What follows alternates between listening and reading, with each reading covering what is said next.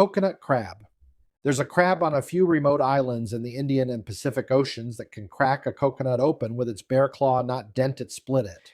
Scientists have measured that grip at more than 700 pounds of force, among the strongest of any land animal alive. It's also enormous, up to 3 feet across with its legs spread, weighing more than 4 kilograms, the largest land arthropod on the planet. And yet it starts life in the ocean, like almost every other crab. Something changes as it grows. Past a certain size, it leaves the water for good, and if an adult falls back in, it can actually drown.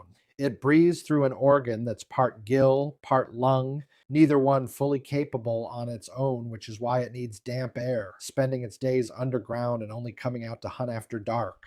Local legend says it climbs palm trees just to cut coconuts loose. It does climb 6 meters up sometimes, but most researchers think it's really after fruit that's already fallen, not hunting from the canopy. Sailors gave it a different name, the robber crab. At night, it wanders into camps and drags off anything that catches its eye: pots, shoes, tools left out overnight. Japanese spider crab. Off the coast of Japan, in water 200 meters down or more, there's a crab whose legs can span nearly 4 meters, claw tip to claw tip, wider than a small car and larger than any other crab species on record. For something that size, it's oddly harmless. The body itself is small next to those long legs, and it moves slowly across the seafloor, scavenging dead fish and shellfish, more cleanup crew than predator. Its shell usually collects a coating of sponges and algae, which works as camouflage. From a distance, a resting spider crab can pass for a patch of rocky seabed. It also lives a long time. Estimates put its lifespan at over 50 years, possibly close to 100, though nobody has pinned down the exact number in the wild. Very few marine animals get anywhere near that old. Yeti crab. Nearly 2.5 kilometers down in the Pacific, where cracks in the seafloor vent scalding, mineral-rich water, there's a crab covered in what looks like white fur. It was only discovered in 2005 near vents off Easter Island. Those pale, hair-like strands on its claws aren't fur. They're filaments packed with bacteria, and that turns out to be the whole point of them. The Yeti crab waves its claws through the vent water to help the bacteria grow, then scrapes them off and eats them. It's farming its own food on its own body. Nothing here runs on sunlight. No plants grow at this depth. The entire ecosystem around these vents survives on chemical energy instead, and the Yeti crab sits right in the middle of that food chain. Related species have since turned up near other vents, some gathering by the thousands, as close to the heat as they can stand without being cooked alive. Just how much heat that is, researchers are still working out. Fiddler crab. Walk a muddy tropical shoreline and you might find thousands of small crabs, each male waving a single claw that's almost as big as the rest of his body. Only males have it. They wave it to attract females and warn off rivals. And early naturalists thought the motion looked like someone playing a fiddle, hence the name.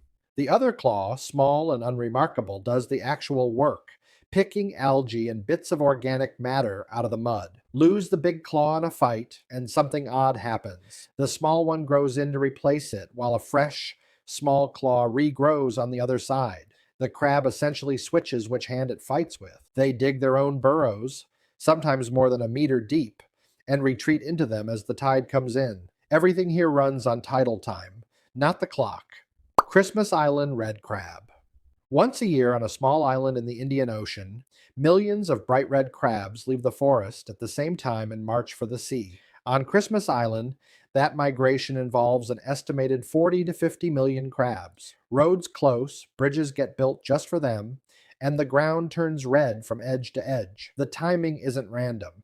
It follows the rains and a particular phase of the moon, because females need to release their eggs into the ocean at exactly the right tide. The whole population moves together, on instinct passed down for generations. At the shore, each female can release up to 100,000 eggs, though most won't survive the fish and other predators waiting right at the surf line.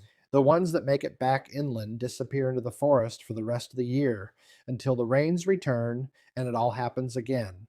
Horseshoe crab.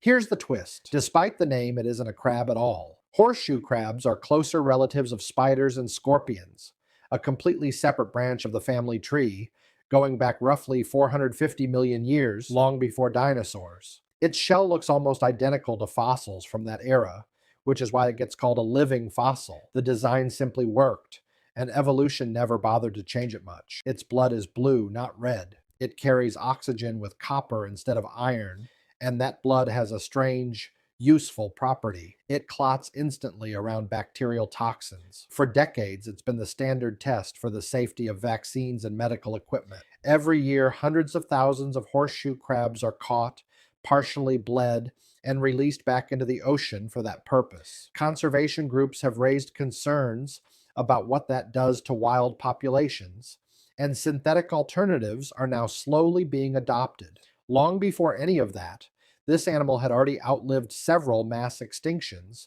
including the one that ended the dinosaurs. Whatever comes next, the horseshoe crab has already shown it knows how to wait things out.